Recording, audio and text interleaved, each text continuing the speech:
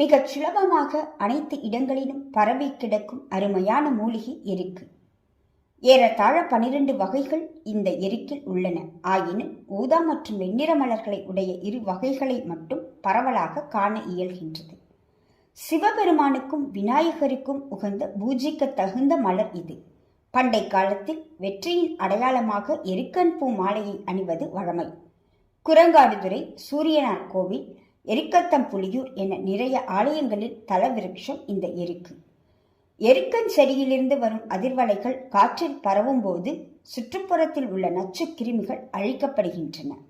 இத்தகு அருமை தெரிந்ததால் தான் நமது முன்னோர்கள் இதனை நிலைவாசல் மேலாகவும் பூஜா ஸ்தானங்களிலும் மஞ்சள் குங்குமம் இட்டு கட்டி வைத்தனர். எருக்கினால் ஆன விநாயகரை மஞ்சள் காப்பிட்டு வழிபட்டனர்.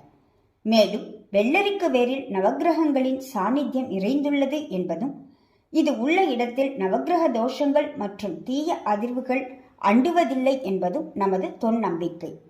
வெள்ளரிக்கு வேரினால் ஆன விநாயகர் உரு பூஜைக்கு உகந்தது.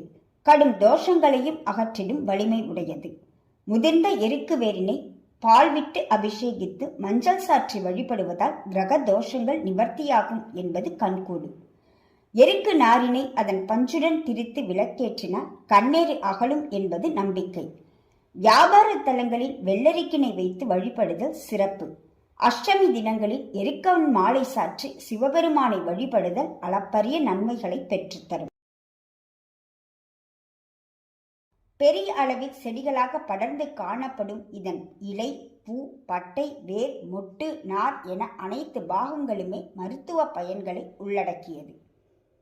எருக்கன் செடிகள் நிறைந்துள்ள இடங்களுக்கு அருகாமையில் வசிப்பவர்கள் இயற்கையாகவே நோய் தொற்றுகளால் பாதிக்கப்படுவது இல்லை என்பதும் கண்கூடு. இதன் பூக்களை முகர்ந்தாலே போதும் சுவாச பாதையில் உள்ள கிருமிகள் அழிந்துவிடும். எருக்கன் செடிகளை நிச்சயமாக வீட்டில் வளர்ப்பது கூடாது. அபூர்வமான பயன்களை தன்னிடத்தை கொண்டுள்ள எருக்கன் செடிகள் கவனிப்பாரின்றி எங்கும் பரவி கிடக்கின்றன.